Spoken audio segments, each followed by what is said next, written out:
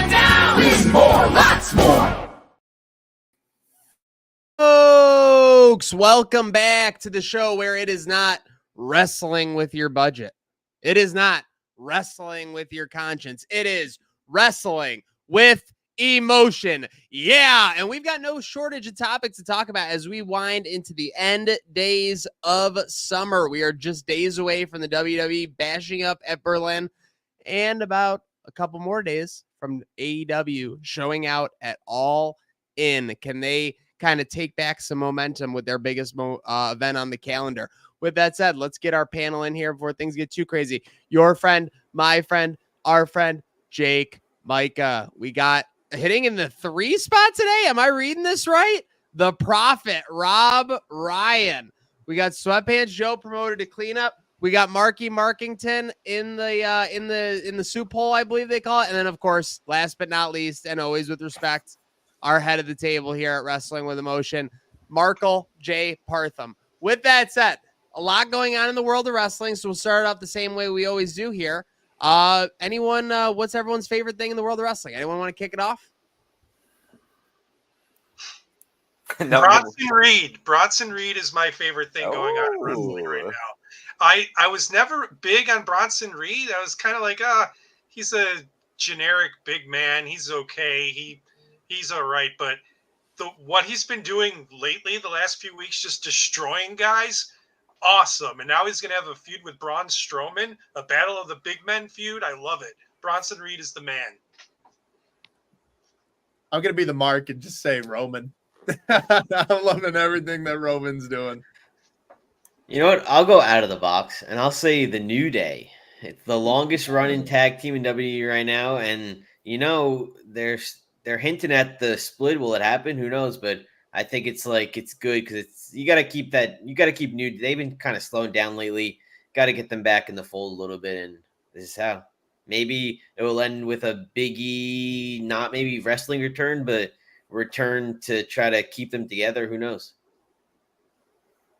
Kevin Owens' impending heel turn is my favorite thing and what's coming. He brought the pop-up powerbomb back on Friday. He was going for the apron powerbomb. Hasn't used the pop-up powerbomb as a finisher since 2019, his last time as a heel. So that whenever it hits, if it's this week on Friday or next week in Berlin, when he hits that powerbomb on Cody, it's going to be a serious moment. I can't wait for it. I don't think the impending heel turn is Kevin Owens. I think it's Randy Orton. I think we all see this coming from a mile away.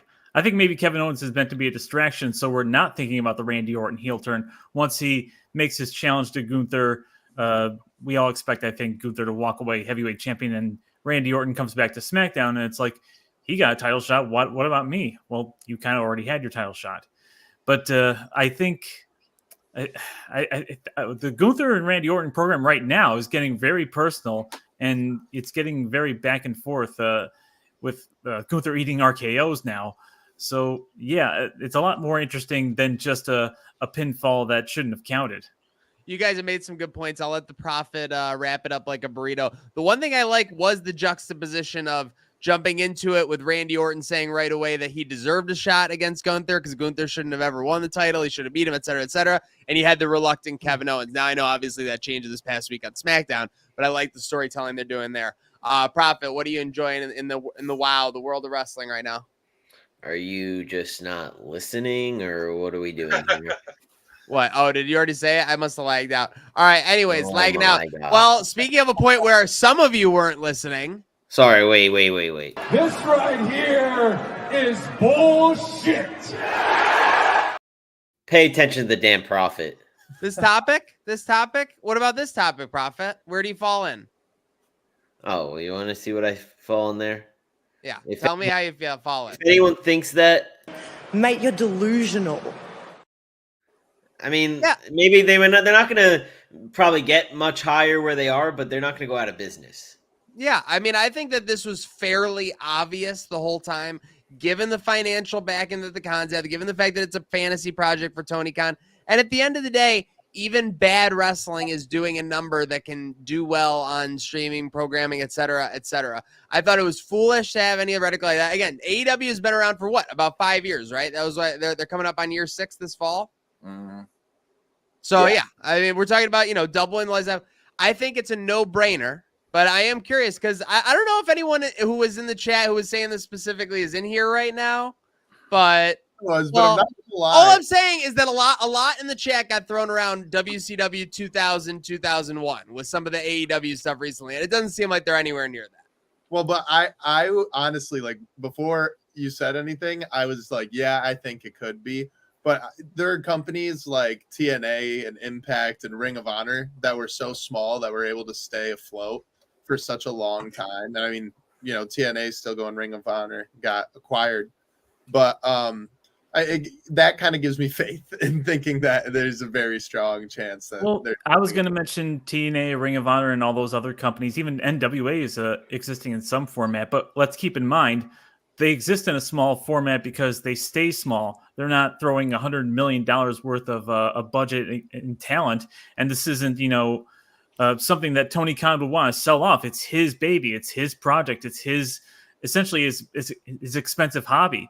If he doesn't feel like doing it anymore, or if he doesn't feel like it's worth putting more money into it and he can't make it profitable, depending on how this TV deal goes, then who knows what he chooses to end up doing. Who knows if his father puts the kibosh on and says, okay, I gave you a chance. I gave you some money to do this. You're still not turning a profit. The deal isn't what you expected it to be, the second TV deal. And maybe Tony decides, hey, it was a good run, but he's got to cut bait. But this is a whole different animal, I think, than any other wrestling company that's either had the kibosh put on, like WCW at a time when Time Warner didn't want anything to do with wrestling besides Ted Turner, and then he was no longer in power, or a smaller outfit like TNA, which had its little bit of run with signing some ex-WWE guys, and then Bischoff and Hogan come in and try to do what they can do, and now they're, you know, in a very Ring of Honor like setting in smaller parts of arenas. I think this is very much an unknown with a lot of different moving parts than previous wrestling companies that we've seen it fall on hard times. Very interesting. Very interesting. I am sorry. I got distracted. As always knows, Trainwreck Sports is a sports channel. So anything in Western New York specifically that is affected by sports, we do have announced. We had slightly breaking news right before we went live here. Now it looks like it's official. Breaking news, Joey Votto announced his retirement on Instagram in a video taped in the Salem Field parking lot. Holy cow. I mean, you got some people writing up an Instagram note. You got some people, you know, doing a video, and you have Joey Votto who does it. That's crazy. No pomp and circumstance. Wow. That's nuts. That's kind of remarkable. Yeah. I just wanted to share that because that was coming across the timeline. Just pulling up some stats here real quick. He was struggling. He was struggling in MILB. It was inspiring, though, with how far he's come back this year from the injury that he had to get all the way back to AAA, trying to get to the majors. Wow, that's shocking, though. And again, this is the reason I got to bring this to our Western New York listeners, which is primarily going to be. It's not every day that someone with 350 home runs, over 1,100 RBIs and runs, and almost a 300 career batting average films a retirement video in the Salem Field parking. So that's all I got. Happy trails to Joey Votto. Again, I feel an obligation to bring that to our listeners, but we will get back on track here. So Joey Votto's no longer in business. But Micah, you've been stewing on this for a little bit now. You've kind of been a voice of reason in the chat. You do lean AEW with your views a little bit, though. I think I'm speaking for you there. What do you think of this topic in our chat that has, 10 plus people? And then what do you think of it in a broader scale? They're saying WBD is willing to pay what? Like twice what AEW is worth, technically? Nah, they're dead. See you later. They're done. It's over. It's over. No, I really think the strategy that I've been asking for them to do is start running the smaller venues and get like a unique feel to the show and everything.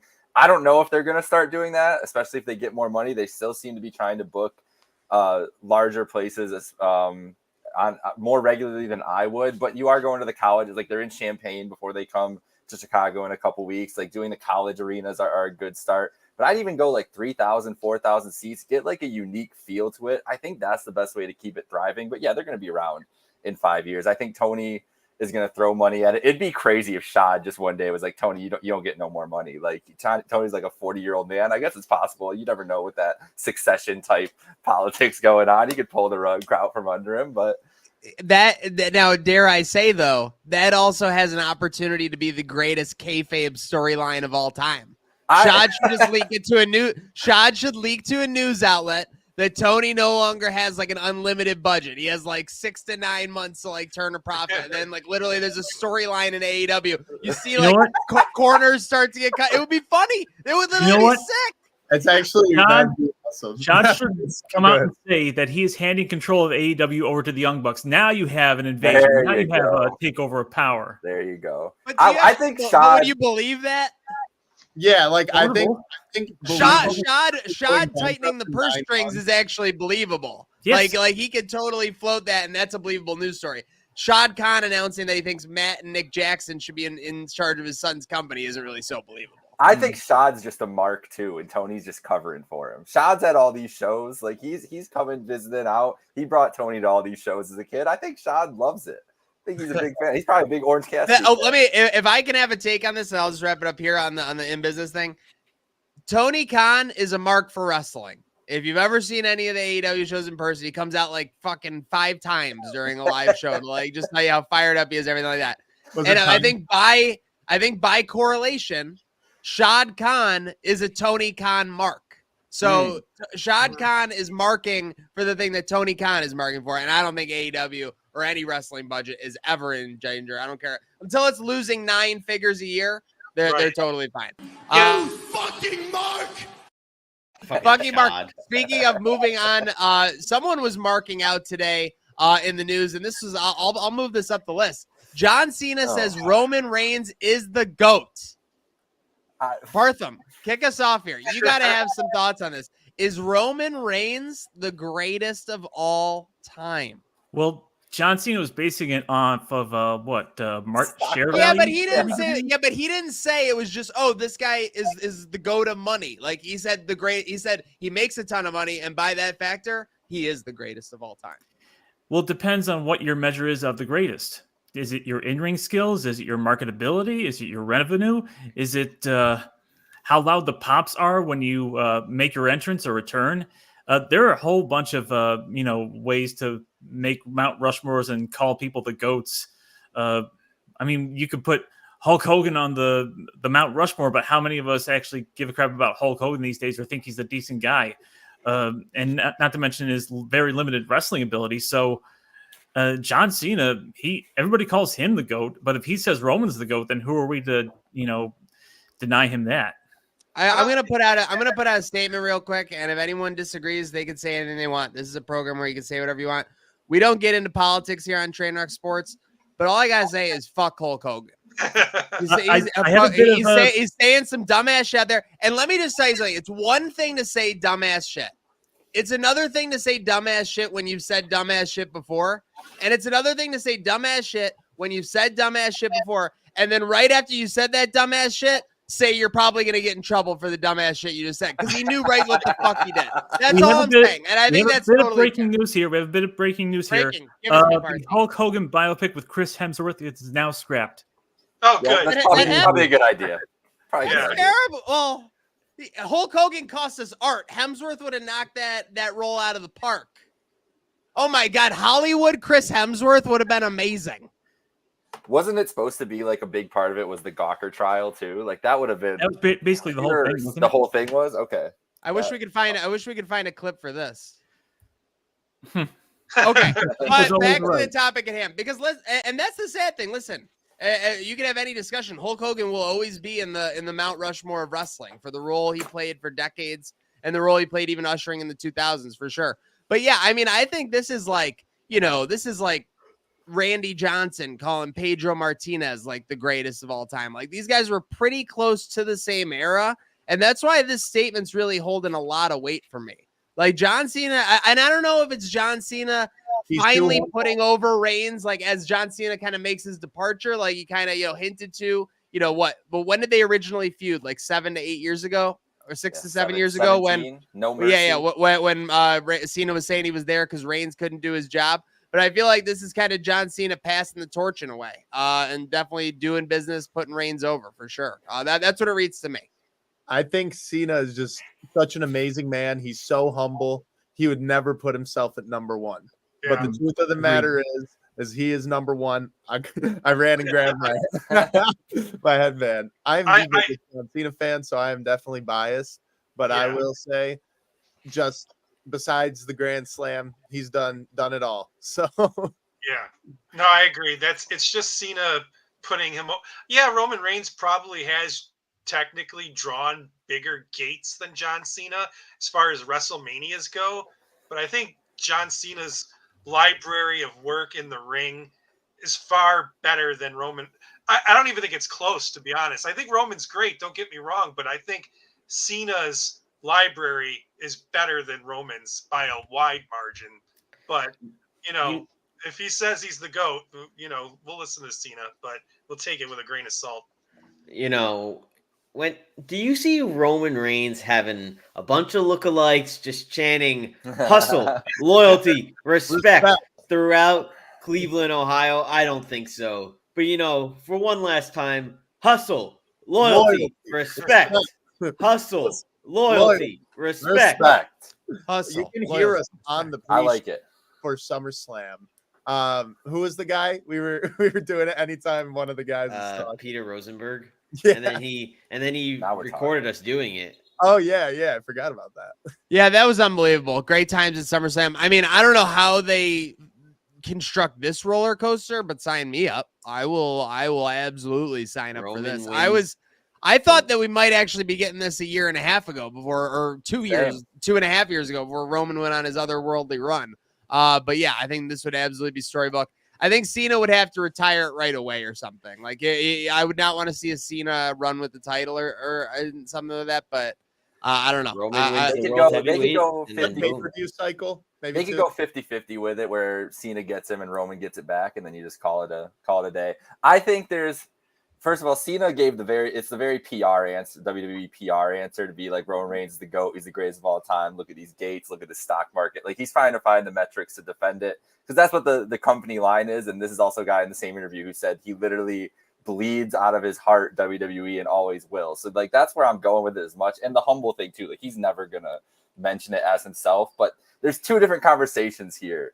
Is it the greatest WWE superstar of all time? I think Roman Reigns, you can make that case right now, and it's only going to get better because this babyface run is only 2 weeks in, and he's still getting some of the loudest reactions I've ever heard. We haven't even seen him in an actual match as a babyface in this run yet. But greatest wrestler of all time is all the different metrics that Mike was kind of touching on, whether it be crowd reaction, gates are one thing, merch, match quality, everything like that. And Roman might be on that Mount Rushmore by now, but I don't think I could put him ahead of a Cena yet, or a couple other guys in the business. I just want to say, Stone Cold Steve Austin is still a top 5 merch seller in WWE, and he's had one match since 2002. Show me another person with that kind of staying power. I would consider him the GOAT. Stone Cold was kind of like not like us. Like, you know what I mean? Yeah. He started as an idea, and it was just a very basic idea. But then the idea of like kicking the shit out of your boss and like beating the fuck out of his car and like doing all this shit, like that was all the American dream. Every person wanted to do that. So it was like every op just kind of like went to that. And that's just the same thing. The best example I have in defense of this, and I agree with you completely, Mike, is I was explaining, like, getting my girlfriend into wrestling a little bit, trying to explain to her like history and everything else. And I was explaining Stone Cold one time, and she was like, I thought that was just every wrestler. And I'm like, that's because you thought Stone Cold was like the wrestler. And that's all you can ask. Like, someone who is vaguely aware of wrestling thinks of Stone Cold Steve Austin. Like, what more could you ask for?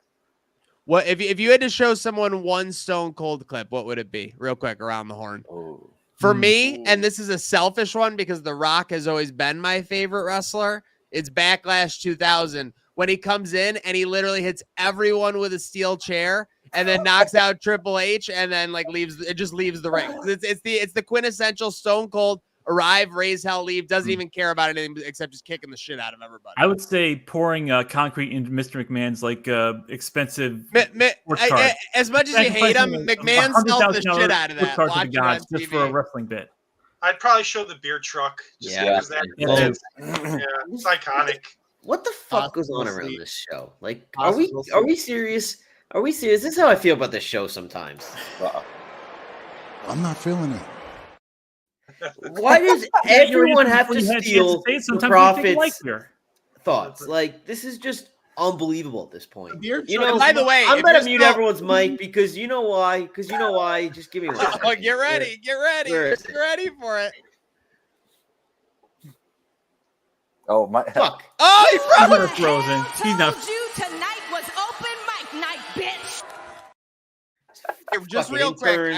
I want to interject. fuck. We're having a great discussion here, so no need to hit the brakes. But thank you for tuning in along with us on Wrestling with Emotion as we watch AEW Dynamite Live. We're opening with the CEO and Britt Baker, DMD in the ring. Packed house in the UK. Looks like a great environment, and I think that's credit to your point, Micah, because that's not a full arena there in the UK, is it? No. Looks like a more intimate No, setting. it's like a Is it- place that can be up to 15,000. They ran like 5 or 6 at it. So Was Okay. it pre-recorded or are they live at 1 a.m.? Wait. No, No, it's like 5,000 is the capacity there. They sold about a little over 400,300. that was, well, I guess, is it capacity for wrestling? Because I looked up like Google search the other day and it said 5,000 to 15,000, but that could be for like a small concert or sporting True. event or something too, without less stage area. All right, Okay. but yeah. Back to what do you got, What do you got, Prof? I was going to also say the beer truck, but we got people over here going blah blah blah blah blah, and you have to consult with the prophet before going on. This is why people get fired. This is why people watch the show for me, not for you. Well said. Oh I my also God. love that when someone steals the prophet's point, what they're saying is blah blah blah blah blah blah blah. When he says it, it must be some great point. I guess Let's we should go. all apologize to the prophet in advance for our telepathic abilities being able to steal his takes from his head. Yeah. Also, yeah. Wow, the beer truck. They really went down the list stealing you on that one. That In prophet. our defense, like the beer truck was like rated It's the number everyone's one top Raw one. moment of all It's time. everyone's top They one. literally Yeah. they did it again with Kurt Angle because it was so iconic. Right.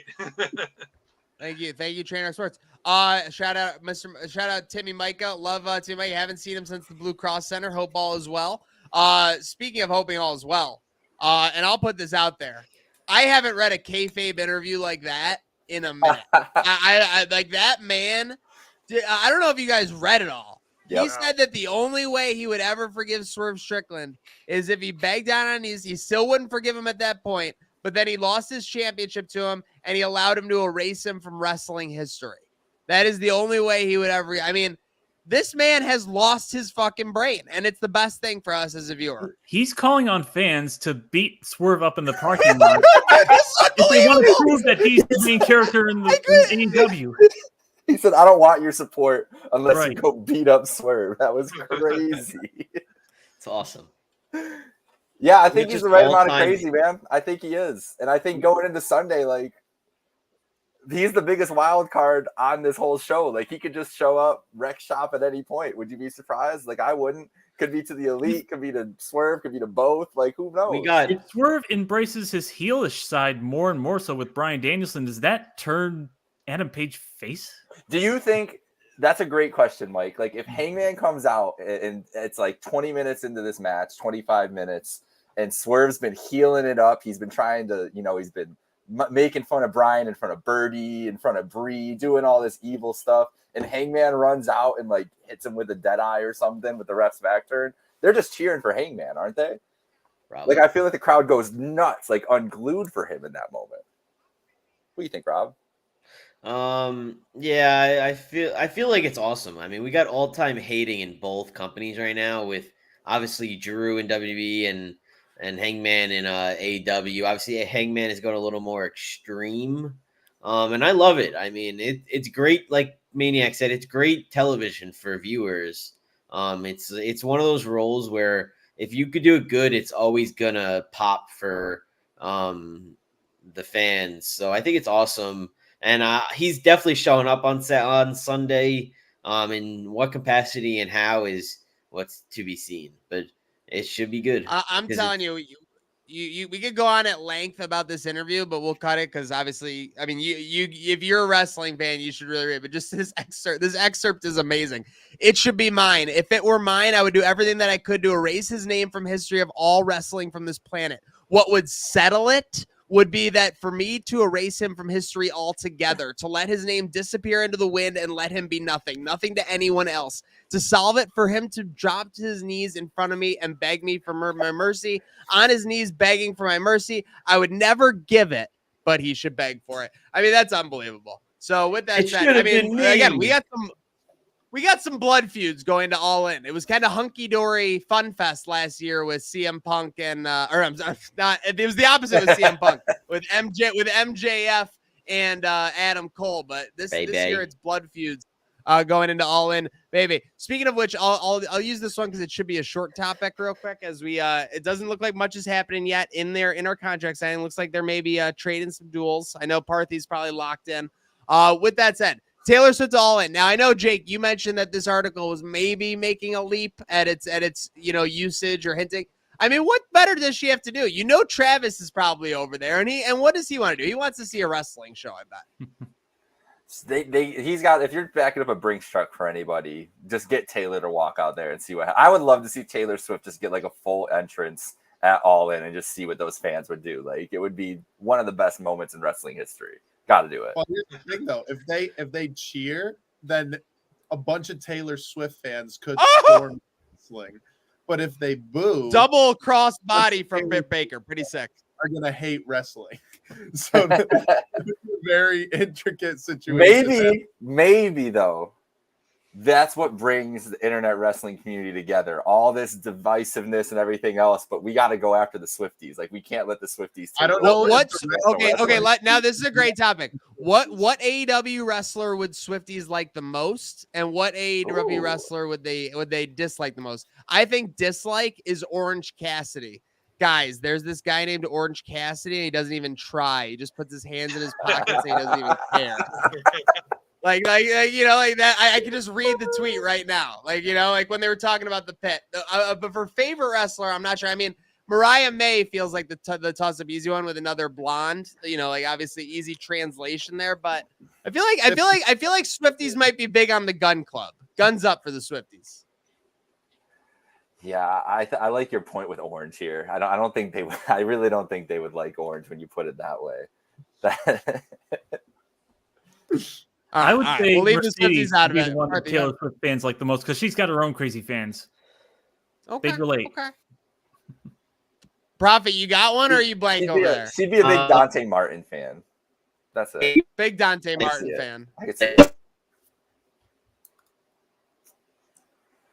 Prophet's words are too powerful for this stream. I'm back. I'm gonna say someone like Will Ospreay. Oh, okay. I don't know why. I just feel it. Electric performer. I think it translates just like Taylor. Electric performer as well. So very good. All right. So we got that going on. Again, a lot going on. They would hate MJF. That's who it would. MJF would welcome it. Or Jericho with the learning tree. I don't think MJF would learn him in. Hi, guys. MJF would learn him in. Well, Jericho would say you would play into it, so it'd get so bad so quick. I bet you Jericho would frame it that he was probably doing like an audio class like in the early 2010s, and like a young Taylor Swift came in and she's an apple off the learning tree. Like, of course, for sure. Jericho just addressed the fans in Cardiff, England, mind you. Oh no. Oh no, he's coming out. He's coming out with Big Bill, by the way, who could main event a WrestleMania. Speaking of main event or WrestleMania, someone could be on their way to NXT to do so. Oh boy. Rumors, we'll get to this because we're not going to have time in the other shows. Ricky Starks, NXT, are you guys feeling it? What's their vibe there?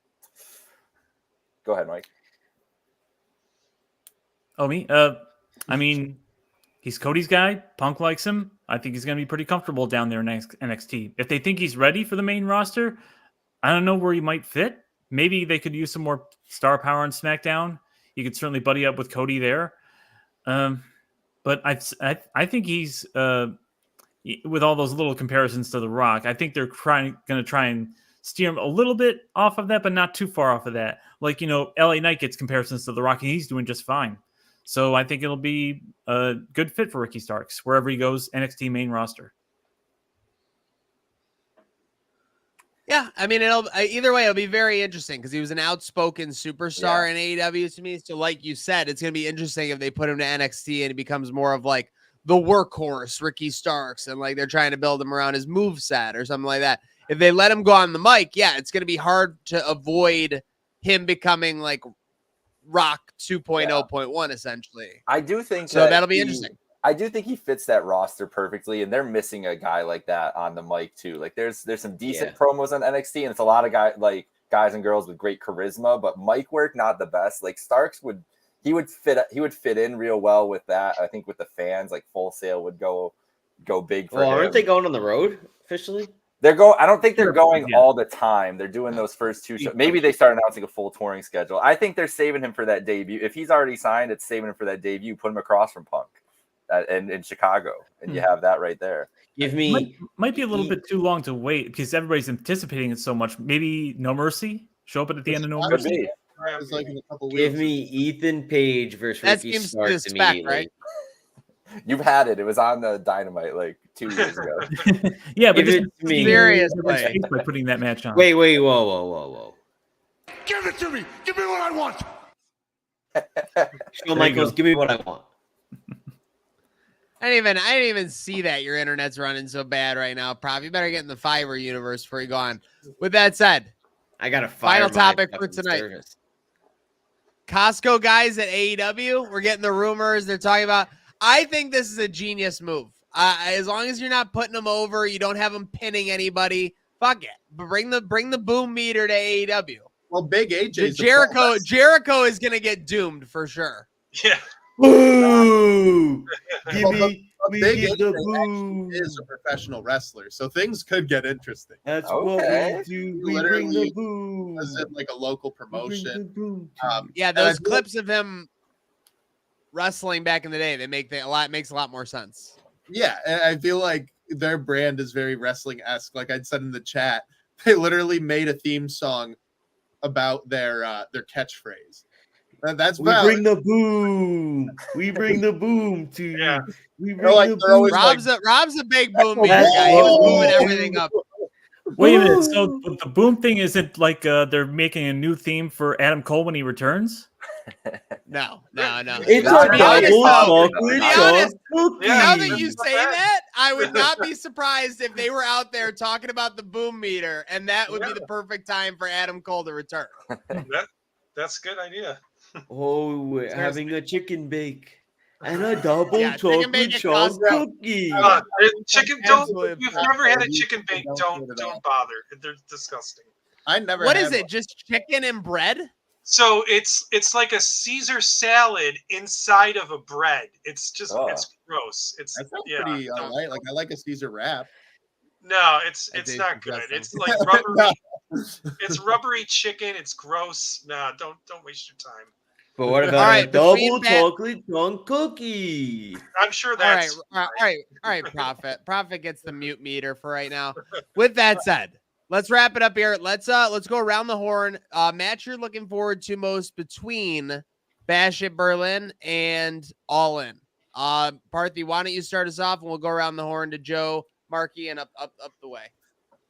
I have a good idea of how it's going to go, and we'll get to the predictions. I might just FYI, I might not be able to make it to a prediction show if we do it Saturday morning. Yes. But that doesn't mean I'm not getting my predictions in, you marks. But the most intriguing match on the All-In card, I would say, is the Bryan Danielson Swerve Strickland, because once you put title versus career on the line, between the then two, almost all between bets the are off. two, most overall. Okay. So I would say all bets are off once you put title versus career on the line, but I still think it's a bit of a red herring, and I think I know who's going to win. Sweatpants, what do you got? Yeah, same as last week. I'm still going with Priest and Mommy and Dominic and Liv. This story's just been going on forever. I'm waiting for it to finish at this point, but it'll be a cool match. Real quick. Is Dom finally going to get riptided through a table during that match? He's gonna get hit. Yeah, hopefully. Yeah, hopefully that'll be cool. Yeah, we'll see. I don't know. I'm very much loving Dom and his whole performance, and obviously I love Liv. But the one match that I'm actually the most excited for, it's a predictable match, but it's Gunther versus Randy. I think that's going to be an insane match. I just think it's going to be amazing. Well, you see. So it was. Did somebody take the Prophet's picks again? No. It was Bash and AEW and All In, right? Yes. Or just Yep. All right, well, see, we got all these fucking marks on the bottom row over here. So I'm going to go back to AEW, going to London, and we're going to watch the American champion face off against Will Ospreay. That is Yeah, going to be great. I Banger. like it. Last week, I'll go with one here. More, maybe I don't know if any of you guys are as excited about this match as I am, but I can't wait for this match. The TNT Championship on the line, the coffin match, Darby Allin and Jack Perry, because Jack was literally set on fire one time. They threatened to set him on fire another time, and now they're going to fight in this coffin match. Something insane is going to happen to one of those performers in that match, something we've never seen in a wrestling ring, and I can't wait to see what these two psychopaths come up with in this. It's going to be nuts. Oh, we know what's going to happen. Maniac, the odds on Glass being involved somehow are like minus 2,000, right? Oh yeah. Yeah, more like how many times will Glass be involved? We got an over under of probably 2 or 3. Does Jack yell it again? Does he just go back to the well? Oh, dude. Oh, they're both gonna probably just scream CM Punk right into the camera. Like literally right when they start. But you're right, Mike. There might be some bad things happening in England, and nobody deserves to have more bad things happen to them than that deceitful hussy Mariah May, turning her back on her mentor who gave her life for her. So hopefully we get the justice we deserve, and Tony takes the storm to All In, and we get some justice there. Not some big justice or some Rizzler, but hopefully some justice at All In. Thank you for tuning along on our show. Oh, gotcha. Go ahead. Would you, to end the show, would you say that would be... They call this cinema. That would be cinema. And we need an ending to the All About Mariah storyline. Thank you for following us on this storyline. Make sure you're following on all the platforms, SoundCloud, Spotify, Apple Podcasts. Make sure you're following all members of the panel, Sweatpants Joe, Parthy, Ali, Bob Ryan, Micah, and myself, because this is the show where it's not wrestling with your budget. It's not wrestling with your conscience. It is wrestling with emotion.